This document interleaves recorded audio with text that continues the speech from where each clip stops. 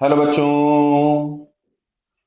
यहां दिया है match the statement in column one, ठीक है, with those in column two, one or more matching is possible. Clear. तो पहला जैसे लिखा है, solid sphere rolling with slipping on the rough horizontal surface. Clear है।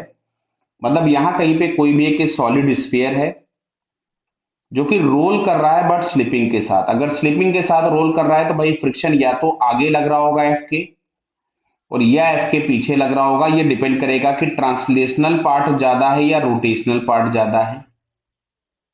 क्लियर बेटा। अब देखो जैसे इसमें लिखा है टोटल एनर्जी कंजर्व, गलत। काइनेटिक फ्रिक्शन अगर प्रेजेंट है तो एनर्जी कंजर्व होगी ही नहीं। Angular momentum about centre is conserve, तो चेक कर लो, यहाँ पे mg नीचे लगेगा, नॉर्मल ऊपर लग रहा होगा।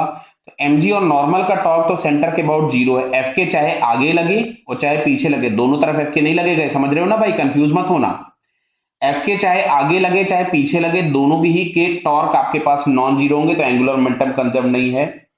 Angular momentum about the point of contact surface is conserved, yes ये कंजर्व्ड है। देखो इस पॉइंट के अबाउट अगर हम देखेंगे तो इस mg का, नॉर्मल का और फ्रिक्शन चाहे आगे लगे चाहे पीछे लगे, इसका टॉर्क जीरो है, तो ये तो साहब कंजर्व्ड होगा। मतलब पहले वाले में एक ऑप्शन तो मैच किया सी से। क्लियर। फिर लिखा है मोमेंटम इज कंजर्व, नहीं, एफ के एक्सटर्नल फोर्स है, मोमेंटम कंजर्व होगा ही नहीं। Total mechanical energy is conserve, ये भी बात गलत हो गई क्योंकि फ्रिक्शन प्रेजेंट है, वो भी काइनेटिक है, तो लॉस तो होगा ही होगा। सो पहले वाले ऑप्शन में केवल सी मैच किया। अब आते हैं सेकंड वाले ऑप्शन में।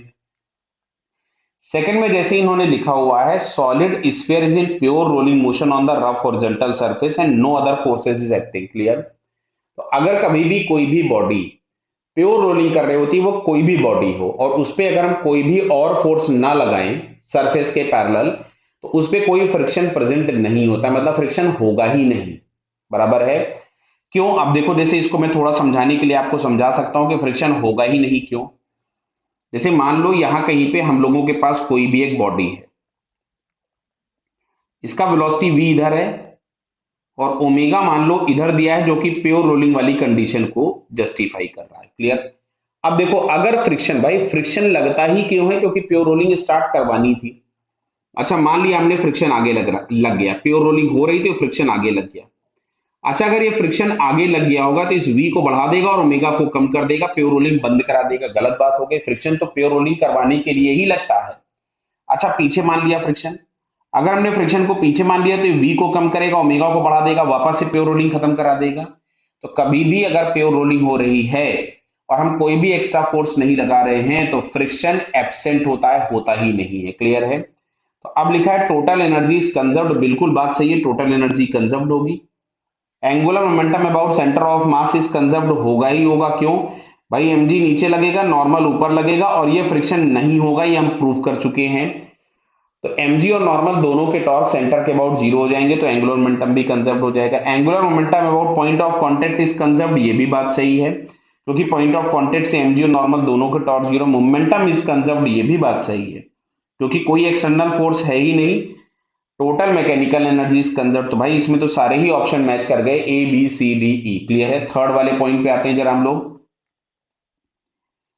थर्ड वाला पॉइंट बोल रहा है solid sphere is in pure rolling motion on smooth horizontal surface. Solid sphere is in pure rolling motion, इसमें और इसमें, अच्छा हाँ इसमें यहां देखो लिख दिया स्मूथ, तो स्मूथ है तो और भी काम खत्म हो गया, फ्रिक्शन एक्ट होगा ही नहीं। तो यहाँ पे जो ऑप्शन हम लोगों के पास मैच किए थे इसके ऊपर वाले में, वही सारे के सारे ऑप्शन यहाँ फिर आ जाएंगे, ए बी सी डी ई। क्यों? यहां भी फ्रिक्शन नहीं लग रहा था और यहां भी फ्रिक्शन नहीं लगेगा, तो जो ऑप्शन ऊपर वाले में थे वही सेम नीचे मैच कर जाएंगे। फोर्थ वाले पे आते हैं, solid sphere is in pure rolling on rough incline plane. अब ये वाली कहानी अलग हो गई। देखिए अगर हम रफ इंक्लाइन प्लेन की बात करेंगे तो इस पे mg साइन थीटा नीचे लगेगा, तो ये जो mg साइन थीटा नीचे लग रहा होगा, इसकी वजह से जो फ्रिक्शन होगा वो पीछे की तरफ में लगेगा। लेकिन अगर प्योर रोलिंग बोला गया है तो लगने वाला जो फ्रिक्शन होगा वो स्टैटिक होगा।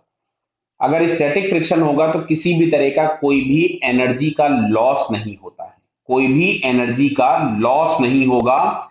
तो यहाँ पे जैसे सबसे पहले लिखा है total kinetic energy is conserve, तो बात तो भाई गलत हो गई, काइनेटिक एनर्जी तो कंजर्व नहीं होगी। काइनेटिक एनर्जी इंक्रीज हो सकती है, डिक्रीज हो सकती है, वो कुछ पोटेंशियल एनर्जी में कन्वर्ट हो सकती है, ये वाला बात हो सकता है। क्लियर।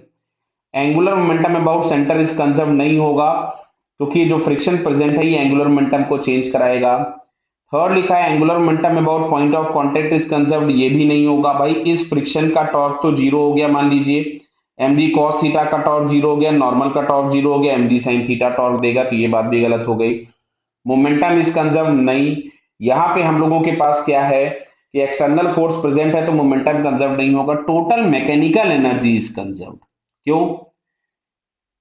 लगने वाला फ्रिक्शन स्टैटिक, और प्योर रोलिंग के केस में स्टैटिक फ्रिक्शन का नेट वर्क डन जीरो होता है, तो वो कोई भी एनर्जी में चेंज नहीं करा पाएगा। बाकी अदर फोर्सेस कंजर्वेटिव हैं, तो टोटल मैकेनिकल एनर्जी कंजर्व होगी, तो फोर्थ वाला मैच करेगा ई से। क्लियर है बेटा? Okay, all the best.